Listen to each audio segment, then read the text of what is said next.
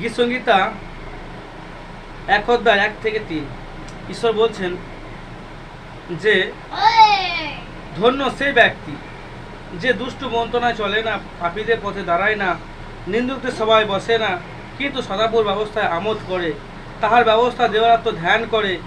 সে জলে স্রোতে তীরে দুর্বৃত বৃক্ষে সদৃশ্য হইবে, যা যথাসময়ে ফল দেয়, যাহার পত্র ম্লান হয় না, সে যা কিছু করে তাহাতে কৃতকার্য হয়। সত্য ঈশ্বর বলছেন যে আপনি যদি ঈশ্বরের সন্তান হন, আপনি ঈশ্বরকে বিশ্বাস করেন, তাহলে আপনি সমস্ত এই পাপ থেকে বেরিয়ে আসুন। সমস্ত মন্দ ভাবনা, মন্দ চিন্তা, পরনিন্দা, পরচর্চা, দুষ্টুমি, বিভিন্ন পাপ, পাপীদের পথে দাঁড়াবেন না, নিন্দু সভায় বসবেন না।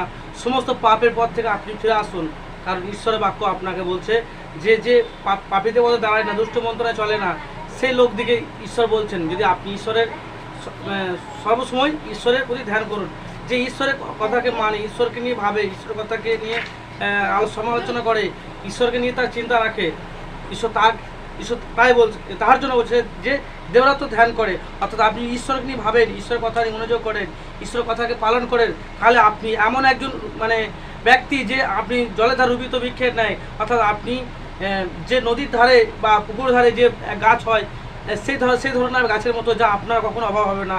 সেই গাছের যেমন কোনো রকমভাবেই তার জলের অভাব হয় না, সে ক্ষুধার্ত হয় না, সে ক্ষুধিত হয় না, কিন্তু সর্বক্ষণ সে পিপাসিত হয় না, কারণ তার কাছে খাবার রয়েছে, অর্থাৎ তার কাছে জল আছে, কারণ সে জলের ধার হয়েছে।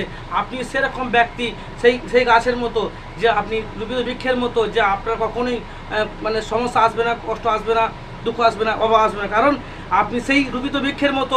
ঈশ্বর আপনার সভাপতি, আপনার সমস্ত কিছু প্রয়োজন মতো ঈশ্বর আপনাকে আশীর্বাদ করতে থাকবে, হার সময় আপনি আশীর্বাদ পেতে থাকবেন। আর আপনি যে কোনো কাজে হাত লাগাবেন, সেই কাজ আপনি সাকসেসফুল হবেন, কারণ ঈশ্বর বলছে আপনি কৃতকার্য হয়, যে কোনো যাহা কিছু করে কৃতকার্য হয়। আপনি যাহা কিছু করবেন তাতে ঈশ্বর আপনাকে আশীর্বাদ করবে।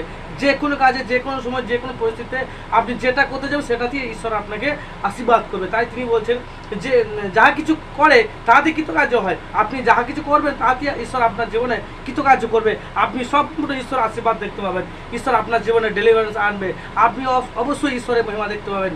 ঈশ্বর আপনাকে আশীর্বাদ করুন এই বাক্যের দ্বারা।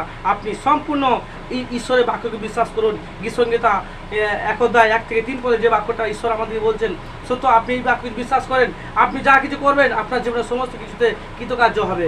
আপনাকে এই বাক্যের দ্বারা অনেক অনেক আশীর্বাদ করুন। সত্যি এই বাক্যের দ্বারা আপনি উৎসাহিত হতে পেরেছেন বা আপনি জানেন, তো অবশ্যই এই চ্যানেলটা